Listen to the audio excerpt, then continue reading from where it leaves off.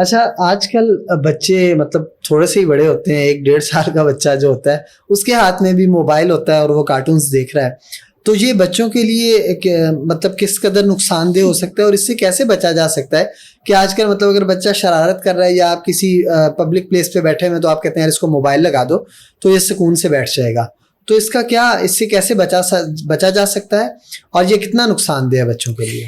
دیکھیے انگریزی میں کہتے ہیں access of every thing is bad. بچوں کو موبائل دینا کوئی غلط بات نہیں ہے, ٹھیک ہے, لیکن زیادہ دیر کے لیے موبائل دینا غلط بات ہے. ٹھیک ہے, یہ موبائل ایسی چیز ہے کہ جو بہت زیادہ لرننگ بھی دے رہا ہوتا ہے بچوں کو.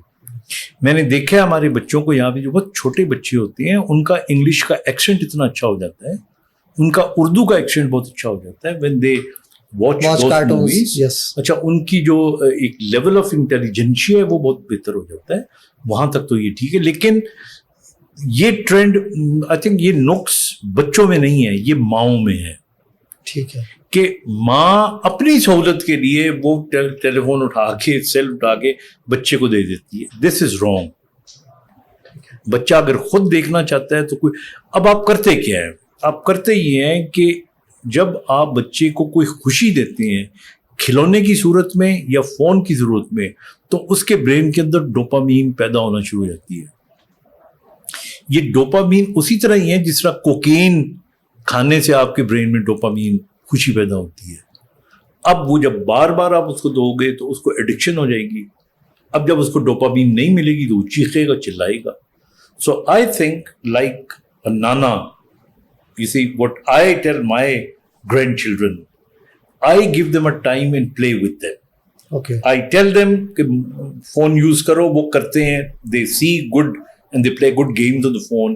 I take them out for a, حالانکہ I'm a very busy person, but I take them, جب میرے پاس آتے ہیں I take them out on in the grounds and I tell my daughter کہ جی ان کو لے کے جاؤ ان کو. تو اگر آپ بچے کو فون بھی دیں, گراؤنڈ بھی دیں اس کو, اور یہ ساری چیزیں, اور خواہ بخواہ کی ریسٹرکشن بھی نہ ڈالیں تو اٹس اوکے. ٹھیک ہے.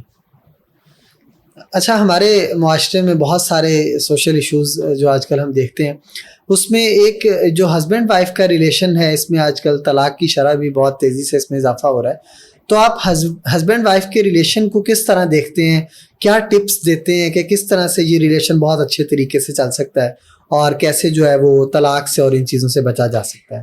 دیکھیے طلاق ایک ٹیبو تھا, ہے, رہے گا ہمارے معاشرے میں بھی, دوسروں معاشروں میں بھی, یہ تو اپنی جگہ پہ قائم ہے. لیکن اس کے دو پہلو ہیں.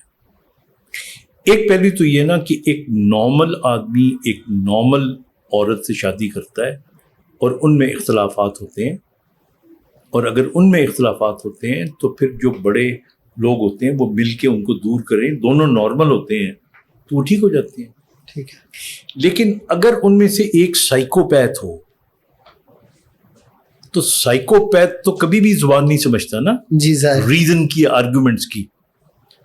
تو وہ اگر عورت کو زندگی کو جہنم بنا دے تو میری, I don't know, people may not agree with me, تو عورت اپنی پوری کوشش کر کے دیکھ لے, ورنہ اس سے بہتر ہے کہ جہنم میں رہنے کی بجائے, اللہ تعالیٰ نے بھی حکم دیا ہوا خلا کا, she should go for a خلا. لیکن اگر ہم نارمل لوگوں کی بات کریں تو طلاق should be the last option to anybody. اور جو ہمارے یہاں میاں بیوی میں جھگڑے عروج پہ پہنچ جاتے ہیں, اس کی بڑی سمپل سی 3 وجوہات جو مجھے لگتی ہیں. نمبر 1, انا, تم نے مجھے کیا سمجھا ہے, مطلب یہ انا. تو میں اس لیے ہمیشہ کہتا ہوں, میرا یہ آپ کوٹ کر لیجیے گا جملہ, کہ میاں بیوی کے تعلقات میں ہارنے والے کی جیت ہوتی ہے. And I can very proudly سے کہ میں 40 سال سے ہار کے جیت رہا ہوں. ٹھیک ہے, ٹھیک ہے, ٹھیک ہے. نمبر 2, میاں بیوی میں بے وجہ بحث نہیں ہونی چاہیے. ٹھیک ہے. یہ ایک بٹر فلائی ایفیکٹ ہوتا ہے. اتنی سی بے ضرر بات کے اوپر آپ کی بحث شروع ہوئی, بڑھتے بڑھتے بڑھتے وہ ایک ورلڈ وار بن جاتی ہے. وہ جگہ چھوڑ دے, ہٹ جائیں آپ.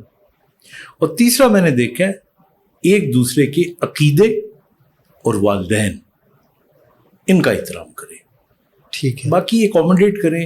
ایک لفظ میں اگر آپ سننا چاہتے ہیں تو یہ میں آپ کو بتا دوں, اسپیس دینا سیکھیں. لڑکیاں جو بہت زیادہ شک کرتی ہیں اپنے مردوں پہ، جی وہ بھی غلط ہے. اگر مرد برا ہے بقول کسی کے تو وہ اتنے طریقے آتے ہیں اس کو چھپ کے کچھ بھی کرنے کے کہ آپ کو کبھی پتہ بھی نہیں چلے گا. ہاں یا تو رنگے ہاتھوں پکڑے اس کو، ٹھیک ہے نا، ورنہ خواہ مخواہ شک کے اوپر آپ اس کے ساتھ اپنی زندگی جیرن کرتے ہو. تو یہ ایک کامن کاز ہوتی ہے جس کو اوائڈ کرنا چاہیے.